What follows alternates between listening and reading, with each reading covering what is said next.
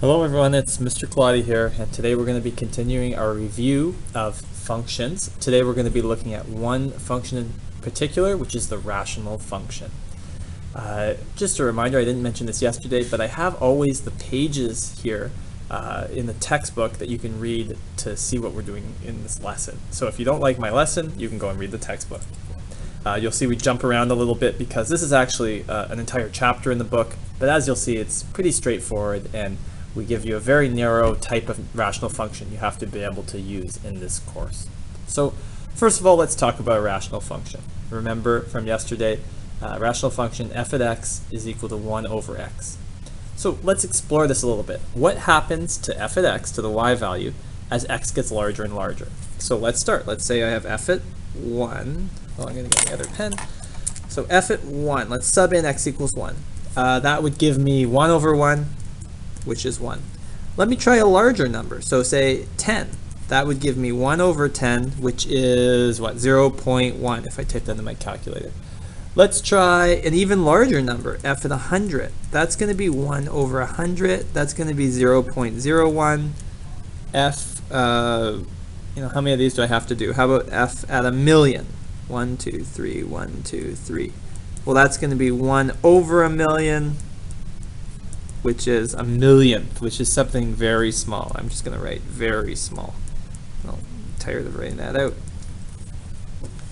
So what we notice is that f of x gets smaller and smaller.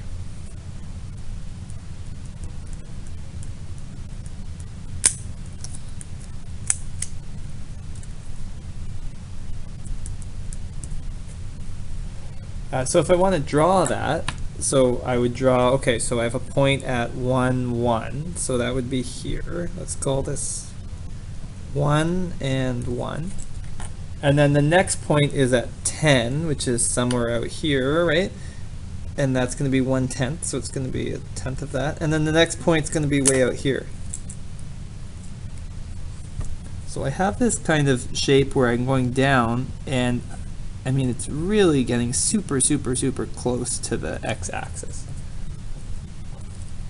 But the point is that even with x at x equals 1,000,000, which is a very far down this axis, I still don't actually reach y equals 0. I just reach a very small number, 1,000,000th.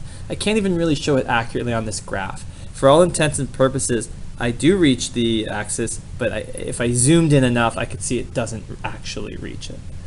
And that's really our definition of an asymptote. I mean, our first introduction to an asymptote, it's really easy to see it when we're looking at the rational function. So this is our asymptote. And it is y equals 0. Because the y, it'll never quite reach a y value of 0. So the definition of an asymptote is a line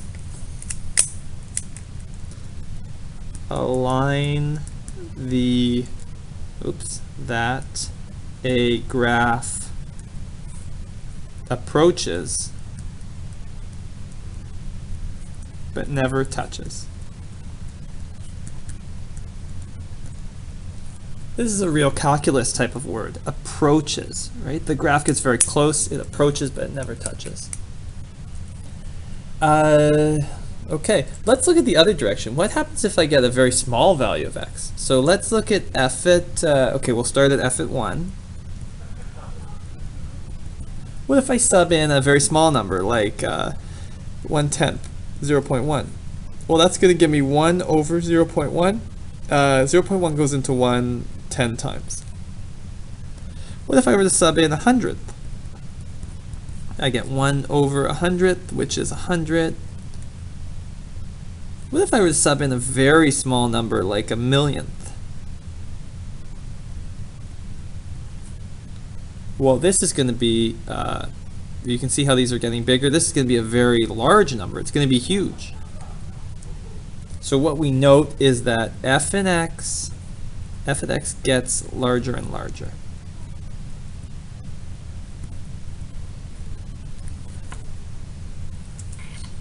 if I had to draw it, I'd draw it at 0.11. Then 0.1 would be up here at 10.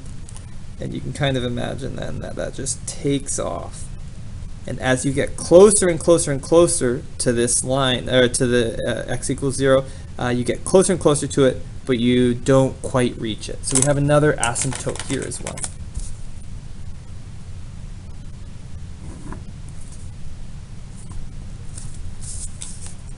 So we have an asymptote. X equals 0.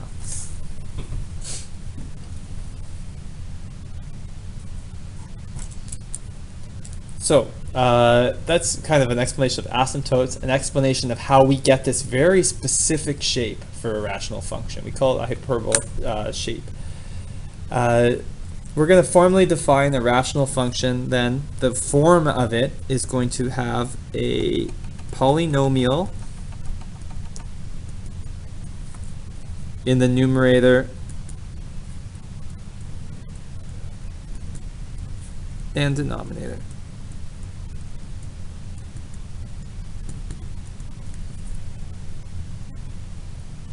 So for example, this pen drives me crazy, f of x is equal to ax plus b over cx plus d. That's the general form of the rational function in this course. You note that we have to have a polynomial in the numerator and denominator. A polynomial is just a mathematical expression with that you've kind of learned. Quadratic x squared or x cubed minus x squared, or anything that has a collection of variables to raise to different exponents. So this here is a rational function because the numerator, it has a polynomial which is just 1, and the denominator is a polynomial, it's just x. The shape of this graph will have that distinctive shape, so that's that parabola shape. Note that we only looked at in detail the positive quadrant here, but there's the other half of it too. If we had looked at the negative x, we would have gotten a similar result. Either way, there is an asymptote here, and there is an asymptote here. And notice how I always have to draw those with the ruler, and I like to use a different color.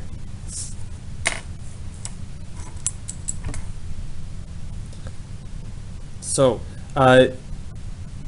this is the general case though. So this is all the different types of rational functions we can have. And the big thing, remember I said IB doesn't mean harder, and in this case we're very happy because in IB we only use linear polynomials.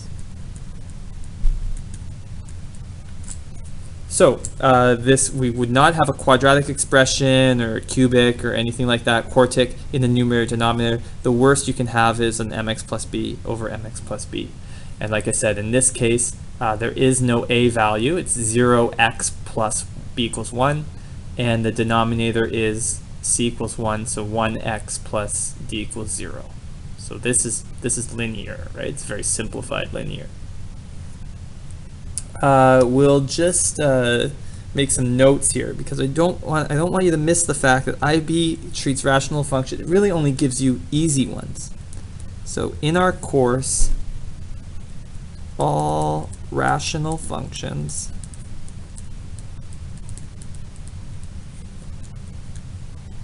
look like the hyperbola shape to the left,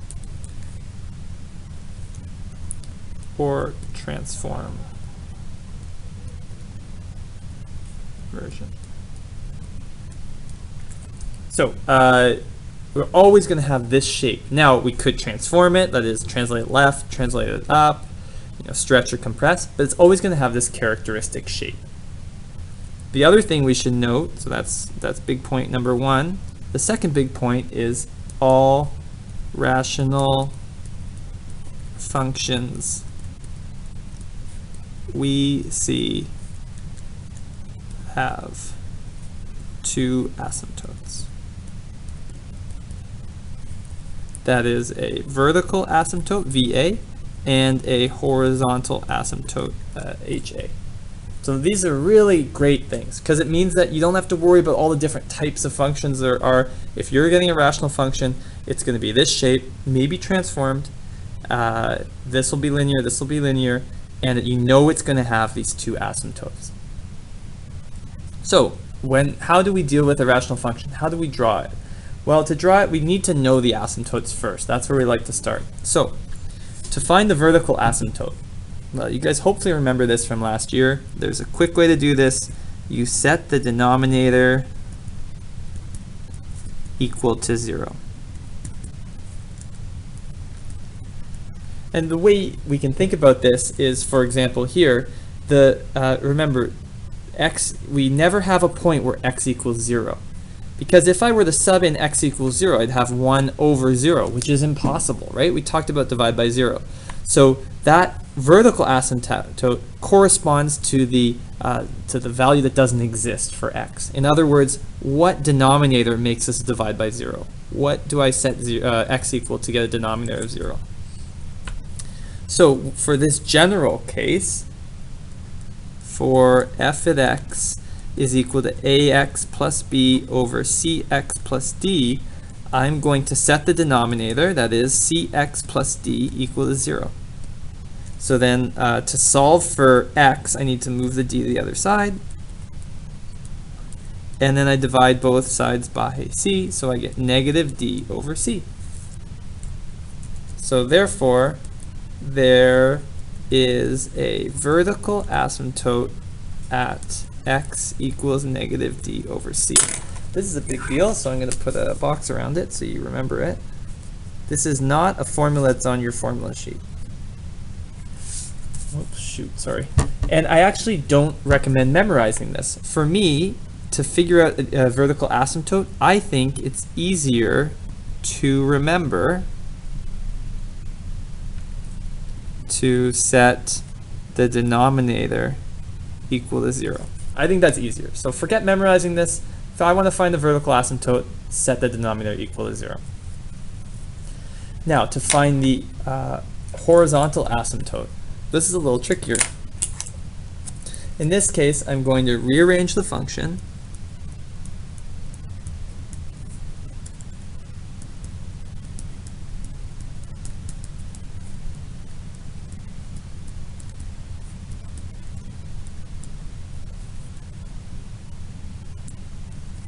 So y equals ax plus b over cx plus d. I'm going to rearrange the function and solve for x. If you remember, this is basically what I'm doing is finding the inverse, which we'll talk about later. So I have y cx plus d, so I cross multiply, and this is technically over 1. So I get y times cx plus d, 1 times ax plus b. Okay, so now I need to solve for x, so I need to get all my x's together. This is just a proof, so don't worry too much about this, but you can follow along with what I'm doing. So now I end up with cxy plus dy equals ax plus b. And now I want to collect all my x terms. So I'm going to bring this over here. So I have cxy minus ax, and this is going to be b minus dy. Now I need to factor out the x, so I'm going to factor that out. I'm left with cy minus a equals b minus dy. So I end up with x is equal to b minus dy over cy minus a. So that's my, I've rearranged it and solved for x. So now I have x as a function of y. So another way of looking at this is the inverse function. Either way, I have another version of my function, and it would not be true if the denominator is equal to 0. In other words, I can't have a case where this denominator is equal to 0. So if I go up here, I'm just going to write that down. It follows that x does not exist if the denominator is equal to 0. In other words, if 0 is equal to cy minus a, I can rearrange so I get a is equal to cy, so then y is equal to a divided by c. So therefore, there is a horizontal asymptote at y equals a over c. Whew, that was a lot more work. And again, this is more of a proof. I would not want you to reproduce all this every time. I think it's easier to just remember my horizontal asymptote is always at y equals a over c. So I'm going to put a memorize there. Now, this is not that difficult to memorize. Look at my form of my rational function, a over c. So you just take the coefficients of x, boom, there you have your horizontal asymptote. So again, don't memorize this down here. Okay, let's turn the page. So let's draw some rational functions. For each of the following rational functions, find the asymptote, state the domain and range, and then sketch. So let's start with the vertical asymptotes here. VA. So I'm going to, remember for the vertical asymptote, I'm going to set the denominator equal to 0. So I end up with x plus 3 is equal to 0, so x is equal to negative 3. That's the equation of my vertical asymptote. I'm going to make a little note here, just to a little IB thing to remember. Oops, get my red pen. You must include x equals, right? Because the VA is a line. This is something that IB is very particular about. You can't just say negative 3. Negative 3 is a point. You have to say x equals negative 3 because it is a line. Okay, and now to find the horizontal asymptote. Okay. Horizontal asymptote. The easiest thing to do is remember y is equal to a over c. Now you might be forgetting, oh, I forget what the form was. Well, it was y is equal to ax plus b over cx plus d. Really what I need to know is the coefficients of my x terms. Well, the numerator actually doesn't have an x term, right? Technically, this is 0x plus 2 over 1x plus 3. So my horizontal asymptote, I take the coefficient which is 0 and the coefficient which is 1. And that gives me, wait a sec, do I have a problem because I have a 0 here? No, I'm allowed to have a 0 in the numerator, right? I'm not allowed to have a 0 in the denominator. So 0 divided by 1 is just 0. If you don't believe me, you can test your calculator. 0 divided by 1 is not an error, it is the number 0. So that means that there is a vertical asymptote, x equals negative 3, a horizontal asymptote at y equals 0. I'm going to draw this graph now, this rational graph. Watch how quick this is.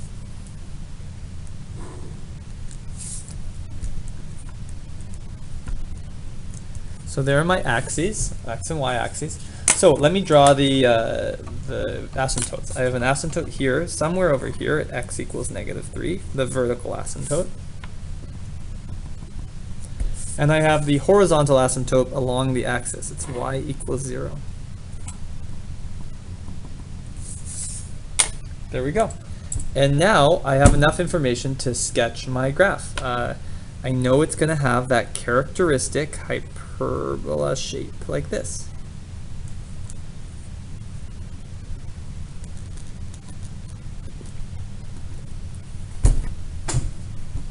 Done. This is a sketch, and that's something we should say. There's a difference between sketch and draw. Sketch. Just include key points. Draw means must be to scale.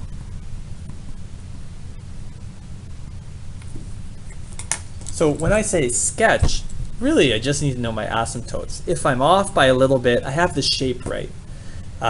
Draw, you would have to actually make sure you're to scale at all points. And often we'll see draw when we are looking at, when I'm asking to draw with the calculator on a paper 2 type test. But usually when you don't have a graphing calculator, you're just going to be sketching. We should just do domain and range. The domain is all the x values, such that, but not including x is -3, so there's a restriction. And the range is all the y values, but not including y equals 0. And so it's pretty easy to go from these asymptotes to these restrictions. Okay, let's do another one here. This. Okay, so I have y equals 2x plus 1, 4x plus 4. Ugh, that doesn't look like a rational function at all. Oh, but wait a sec. You should remember this -1 here tells me that this is a negative, or this is this negative exponent means that this should be in the denominator. So if I rewrote this, it would look like this. Again, that's just kind of showing you some IB trickery. It's all about knowing notation. And when I rewrite it, oh, that is definitely a rational function. And look, there's a linear expression in the top, a linear expression on the bottom. This is the hardest type of question you could get regarding rational functions in IB. Let's find the vertical asymptote. I set the denominator equal to 0. So I have 4x plus 4 is equal to 0. That gives me 4x is equal to -4. X is equal to -4/4, which is just -1. Remember, it has to be x equals -1. Horizontal asymptote. Y is equal to a over c, or it's just the coefficients of x, so 2/4. Or y equals half. Okay, so now I have all the information I need to draw this graph. First I'm going to draw my axes, my y-axes, my x-axis. Now, I have an asymptote at x equals -1. That's somewhere over here. Just doing a sketch.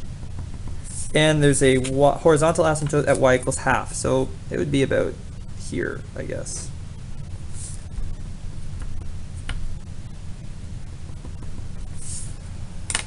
Okay, now here's the unfortunate thing. Oh, I can write the domain and range out.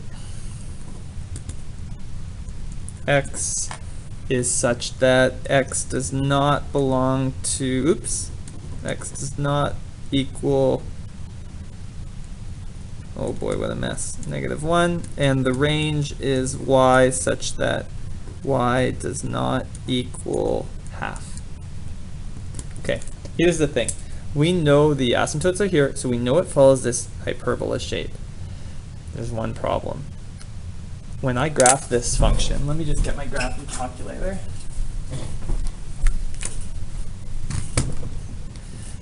We haven't learned how to use this yet, but I'm just going to graph this function real quick. So this is y equal to bracket 2x plus 1 close bracket divided by open bracket 4x plus 4. You're going to learn how to use this in a few days. Okay, look at when I graph it. Huh. So the asymptotes seem to be right where I said they would, but look at the graph. It's different than the graph we did last time. It's a reflection, right? I've reflected it either left or right or up and down, whatever way you look at it. It's a little bit different than this. Now I did say all of our graphs are going to have this appearance, the hyperbola shape. All rational functions will have this hyperbola shape, but this is just a simple transformation. The question is, how did I know to draw it like this? How can I look at this expression and know that it's reflected, look at this expression and know that it's not reflected? This is the one trick with the rational functions, and I wrote it here. How do we know if a rational function has been reflected?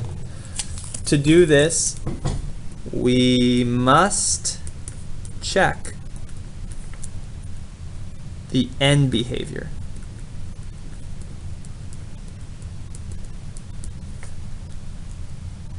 Of the function near the vertical asymptote. So what I need to do is sub in some x values as x gets really close to -1. If I sub in a number that is very close to -1 and I get a really large positive y value, then I know that the graph goes up like this.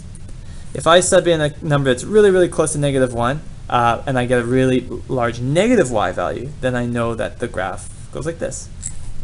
So for example, from the right, sub in x is equal to -0.9999. I mean, that is a very close number to -1, but just to the right of it, right? It doesn't get much closer. So let's sub it in. F at -0.9999. This is going to give me, okay, if I sub it in, I'm going to have 2 times -0.9999 plus 1 over 4 times -0.9999 plus 4. Okay, now we don't really have to, you could get a calculator, but you might be doing an exam where you don't have a calculator, and we can figure this out using our brain. This is basically just less than -1. So 2 times this is going to be almost -2. Plus 1, well, that's still going to be a negative number. And the denominator, I have 4 times -1. So it's going to be -3.9999 something, just less than -4. Plus 4, that's going to give me a positive number.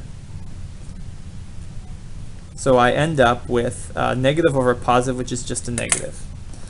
If you don't believe me, you could use your calculator, right? We have -0.9999 times 2 plus 1 gives me a negative number divided by 4 times -0.9999 plus 4, close bracket. It gives me a negative number, -2, wow, 2,499. So I could calculate it and I got a number. So that means that as I approach from the right, when I sub in this number very close from the right, it gives me a number way down here. That's the y value. So now I know that the graph goes down here, and then it must be a reflected version, so it has to follow that hyperbola shape. Now the other side will obviously be in the other direction, but we should check. From the left, let's sub in an x value that's very close to x equals -1, but it's just to the left. So in this case, it would be just a little bit more negative, larger. So x is equal to -1.0001. So I end up with subbing this number in. I get 2 times -1.001 plus 1 over 4 times -1.001 plus 4. Okay, so again, you could reason your way through this. This is -2 plus 1, so it's still negative. This is -4, but it's a little bit more than -4, so when I add 4, it's still negative. A negative over a negative is a positive. So if I were to plot this point at x equals -1 point something, it's a large negative, positive number, so it's somewhere up here. So therefore, my whole graph, I can be sure, because it has to have that hyperbola shape, it's going to look like that. So in order to be absolutely sure, you do have to do this kind of end behavior. I've just made a quick note there. In IB, if you encounter rational functions in this form, so what I've shown you is rational function questions in IB. It will always have this shape, either reflected or stretched or translated, but it'll always be this shape, and it always has the 2 asymptotes. And it always has this kind of linear on top, linear on bottom. However, what happens in IB if you do see a rational function that is not in this form? So for example, here's one here. This is a rational function.